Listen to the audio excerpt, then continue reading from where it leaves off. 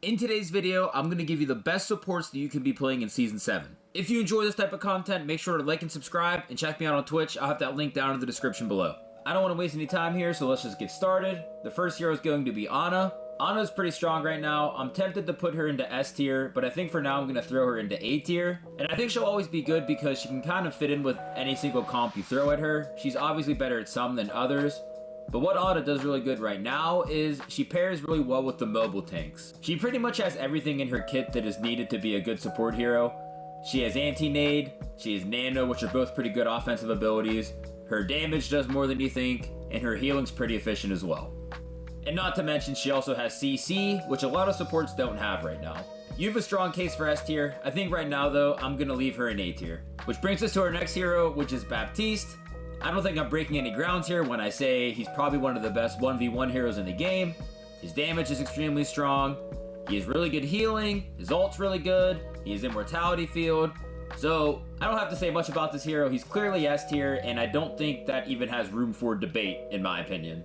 He's good with a ton of comps, but you have to understand, anytime your comp is extremely mobile, it's going to be a really hard time to actually heal them, so just keep that in mind when you do lock Baptiste. Regardless though, he's an S tier hero, and I don't think there's any room for debate for that right now. Which then leads us to Brig. I think Brig's an interesting hero because there's times where she can be really good, but also times she can be really bad. And that's up for you to decide. If it's easy for you to proc Inspire, or maybe they're running a lot of dive heroes, you can actually protect somebody, I think Brig's a good pick. She's really bad though when, let's say, teams running, snipers, Sojourn, Cassidy, anything that doesn't necessarily have to engage. You're gonna do a whole lot of standing around, not proccing Inspire, and overall, that'll probably just be an unpleasant experience. I'm gonna put Brig at good tier, just because, again, there's times she's good, there's times she's bad. I wouldn't say she's great or amazing, but she is a solid pick when the comp calls for it, if that makes sense. Which takes us to our next hero, which is Kiriko. I think Kiriko is extremely strong because, again, what doesn't she have, right? She's decent healing, she has a cleanse ability, Kitsune Rush is extremely good, and she's extremely hard to kill. And not to mention, pretty insane burst damage on top of that. This hero is pretty much Zenyatta on steroids. I'm going to put her in S tier. I think you can make a case to maybe put her down to A tier, but I think this hero has always been extremely strong and so versatile, so I think S tier is the right place. Which leads us to Lucio. Lucio's again another one of those heroes where there's times I think he can be really good, but also times I think he can be really bad as well. But one thing for me, for Lucio to be really good, there's too many things that have to go right in my opinion. It has to be the right map, it has to be the right comp, so there's too many factors for me that makes Lucio a good hero sometimes. So for those reasons, I'm going to throw him into the good tier. Notice a trend here that not too many supports are bad right now. Support's a pretty strong role. But in comparison to the top end support heroes, I just think there's easier ways to get value if you select the heroes that are in the upper half right now. So again, that doesn't mean there's never a time you can't pick Lucio, but I do think a lot of the times you're just making the game a lot harder than it should be if you pick Lucio all the time. And that takes us to Mercy. Again, Mercy is one of those heroes that can be good at times. There's also times she can be really bad, and there's a lot of factors that play into that. The most important one to me being, is there actually an ally on my team that I can damage boost and get value with? If we're running Tracer, Genji, or Sombra, or a hero that kind of doesn't get a ton of value getting damage boosted, I don't think Mercy's the play. But let's say you have, I don't know, a Hanzo, a Sojourn, Soldier, Cassidy, something that's long range that doesn't have to be moving around all the time. I think Mercy can still be a pretty good play. Better than people think, actually. The name of the game with Mercy is always damage boosting. Can I get value with damage boosting? Am I getting value with damage boosting?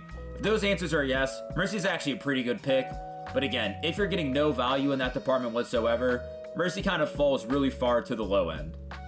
I don't like having to be dependent on my teams a lot, and I think that's exactly the type of hero Mercy is at times, where you're stuck depending on DPS to actually get kills and things like that. So for that reason, again, I'm probably going to put her still in the good tier, just because I do think there's times she's really good, but again, it depends. There's a lot of factors that lie into that. And generally, heroes that are more dependent, to me, are the ones that are harder to get value with. So I'm going to keep Mercy at good tier. Which then takes us to Moira. I am actually a Moira enjoyer. I think she's a lot of fun, and I think with the right creativity, you can actually hard carry a lot of games, and in any elo for that matter. I think she can thrive a lot of ways, whether, you know, you're running like a rush comp. She's good at just kind of getting some spread healing out, building into coalescence quicker. But I also think, and I might get yelled at for this, so be easy with me, I think Flank Moira is way better than what people give her credit for. Way better. I think a lot of struggles with Moira, when people play Moira, is they don't really understand when to take which playstyle. You know, let's say I'm playing Moira and I have a Lucio on my team or a Brig on my team. Is that enough heals for me to flank? Absolutely not. So you just have to be smart about how you're going to play Moira to determine how you're going to get your value to win the game. This hero will tend to struggle though if you're playing with a comp that is extremely mobile. I don't know, let's say you have like Tracer, Genji, again, maybe a Wrecking Ball, Monkey. It might be hard to keep up with at times. So understand, oftentimes there probably is a better play. Most of the time there probably is a better play. But I do think from a ladder perspective, Moira has an absolute ton of carry potential. For those reasons, I'm going to throw her into B tier. I'm almost tempted to actually throw her up into A tier. I'm not ready to do that yet. I think what's important as a Moira player though, you just have to understand how am I going to get my value, and you have to be able to apply that mindset. And then there's Zenyatta. For those that don't know me on a good level, I am the leader of the Zenyatta Enjoyers Club. I main Zenyatta, I play a ton of Zenyatta, I've tested him through the changes. But one thing that always bums me out about playing Zenyatta, I always think to myself, why am I playing this hero when I can just play BAP or Kiriko? Back in the day, having a lot of damage on support meant there was a trade-off. You know, if I do a lot of damage, I should be a lot easier to kill.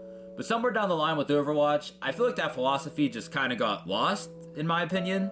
Which then opened the windows for, again, heroes like BAP, Kiriko, and I'll even include Illari into this category, where they're just so much easier to live on, and they pretty much do everything better than Zenyatta. Almost everything. So it raises the question, why should I even play Zenyatta? Especially with the Discord changes, they're okay, but you could at least justify, well, hey, at least I can Discord the tank the entire game. That's not an option anymore. So when you take that away, this is pretty much the pain train to play Zen right now.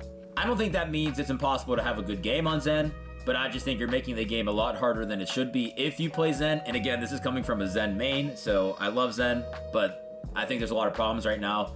I'm gonna put Zen at meh. I'm gonna have him at the lowest as of right now. I think every other hero has opportunities to shine better than Zen does.